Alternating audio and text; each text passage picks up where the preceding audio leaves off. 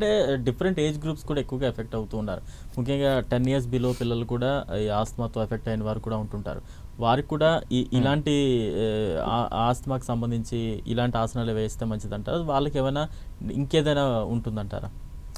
పిల్లలకిను పెద్దవాళ్ళకి ఇద్దరికి కూడా కొంచెం మైల్డ్వే చెప్తాం యూజువల్గా. ఎందుకు అని అంటే they are very fragile. So పిల్లలకి వచ్చేసి మీరు ఫస్ట్ చెప్పిన అనులోమ విలోమ ప్రాణాయామం ఉంది చూసారా, ఆ ఒక ప్రాణాయామం చేస్తే సరిపోతుంది. మిగిలిందంటారా, దీంట్లో ఇంకొకటి కూడా చెప్తాను, అది ఏమంటాము పిల్లలకి మాత్రమే నేను చెప్తున్నది, పెద్దవాళ్ళకి కాదు. మీరు భ్రామరి ప్రాణాయామం అని ఒకటి ఉంటుంది, ఆ భ్రామరి ప్రాణాయామం కూడా చేయొచ్చు. అది నేను చెప్తున్నాను, పిల్లలకి మాత్రమే అండి ఇది.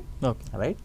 సో మీరు ఏం చేయాలంటే ఈ ఇండెక్స్ ఫింగర్స్ తీసుకుని ఇలా చెవులు మూసేసిన తర్వాత గాలి పీల్చుకుని అని గాలి వదిలేస్తూ చేయాలన్నమాట. సో ఎలా చేయాలో ఇప్పుడు చేసి చూపిస్తాను, చూడండి.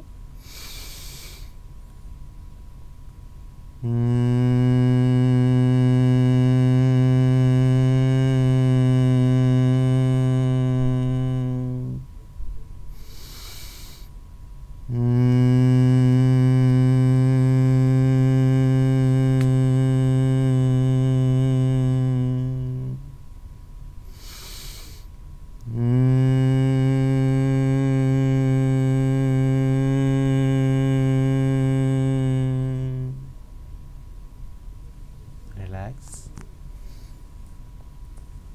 ఇదండి, ఈ ప్రాణాయామ చేయొచ్చు. ఇది మెయిన్గా పెద్దవాళ్ళకైతే బ్రెయిన్ని స్టిమ్యులేట్ చేస్తుంది అన్నమాట. బట్ పిల్లలకి ఏంటి అని అంటే మీరు ఇది చేసినప్పుడు మీ లంగ్స్ ఇది కూడా కెపాసిటీ పెరుగుతుంది, అండ్ చేసినప్పుడు లైట్గా ఇది కూడా వైబ్రేట్ అవుతుంది. మీరు ఎప్పుడైతే ఆ ఊ మా అంటే ఓం అంటాం కదా, ఓం అనేది 3 శబ్దాలతో కూడింది. ఏంటి? ఆ ఊ మా.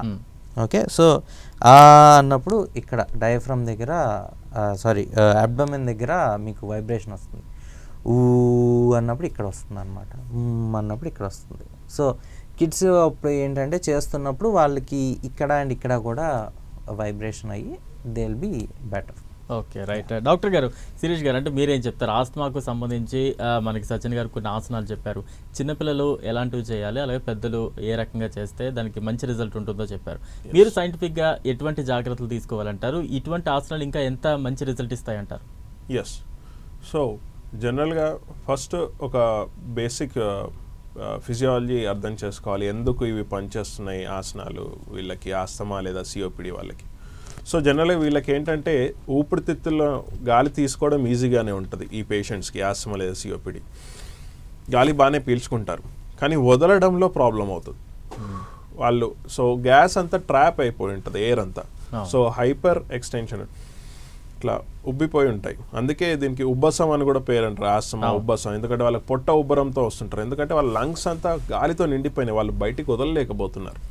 సో ఎప్పుడైతే ఈ కపాలభాతి లేదా దీన్ని డయాఫ్రమాటిక్ ఎక్సర్సైజ్ బ్రీతింగ్ అని కూడా అంటారు, వాళ్ళు ఏంటంటే ఈ ఫోర్స్ఫుల్ ఎక్స్ప్రెషన్ చేసినట్టయితే వాళ్ళ ఎయిర్ ఎంట్రాప్ అయ్యి ఉంటుంది కదా, అదంతా రిలీజ్ చేయగలుగుతారు. సో దట్ విల్ హెల్ప్ అనమాట వాళ్ళకి. సో ఇది సైంటిఫిక్ బేసిస్ అండ్ ఇది ప్రూవ్ చేయబడింది, ఇది చేయడం చాలా మంచిది. అండ్ రెండోది ఇలా ఫోర్స్ఫుల్ బ్రీతింగ్ అనేది ఏదైతే మనం లిఫ్ట్ చేసి అని చేస్తున్నాం, దీనివల్ల యాక్సెసరీ మజిల్స్ ఆఫ్ రెస్పిరేషన్ అంటాం. అంటే intercostal muscles, scaleni muscles, sternocleido muscles and ఆల్ఆర్ఎన్ఎస్ఐ, ఇవన్నీ యాక్సెసరీ మజిల్స్ ఆఫ్ రెస్పిరేషన్. ఈ యాక్సెసరీ మజిల్స్ ఆఫ్ రెస్పిరేషన్ని కూడా మనం యాక్టివేట్ చేస్తున్నాం ఇవన్నీ చేసినప్పుడు. సో మన లంగ్స్ చుట్టూ ఉన్న మజిల్స్ అన్నిటిని యాక్టివేట్ చేసి స్ట్రెంగ్తన్ చేస్తున్నాం. సో ఇది కూడా మంచి సైంటిఫిక్ బేసిస్. ఇవన్నీ చేయడం ద్వారా మన ఆస్తమా కావచ్చు, సిఓపిడి కావచ్చు, ఇవన్నీ కూడా మంచిగా కంట్రోల్లో ఉంటాయండి. ఇంకోటి మన హమ్మింగ్ చేశారు కదా ఈ పిల్లల్లో, చాలా ఇంపార్టెంట్ వీళ్ళకి ఎవరికైతే ఎలర్జిక్ రైనైటిస్, సైనసైటిస్ లేదా అడినాయిడ్ హైపర్ట్రోఫీ ఉన్న వాళ్ళకి, చిన్నపిల్లలకి ఎస్పెషల్లీ చాలా బాగా చేసి చూపించారు. Thank you. సో వీళ్ళకి ఏంటంటే ఈ వైబ్రేషన్స్ అనేవి వాళ్ళకి బోన్ కండక్షన్ ద్వారా వాళ్ళ సైనసెస్కి వెళ్ళి అక్కడున్న మ్యూకస్ని క్లియర్ అప్ చేస్తూ ఉంటాయి. సో దట్ అవన్నీ క్లియర్ అప్ అయిపోతే వాళ్ళకి సైనస్ ఇన్ఫెక్షన్స్ తగ్గిపోతూ ఉంటాయి.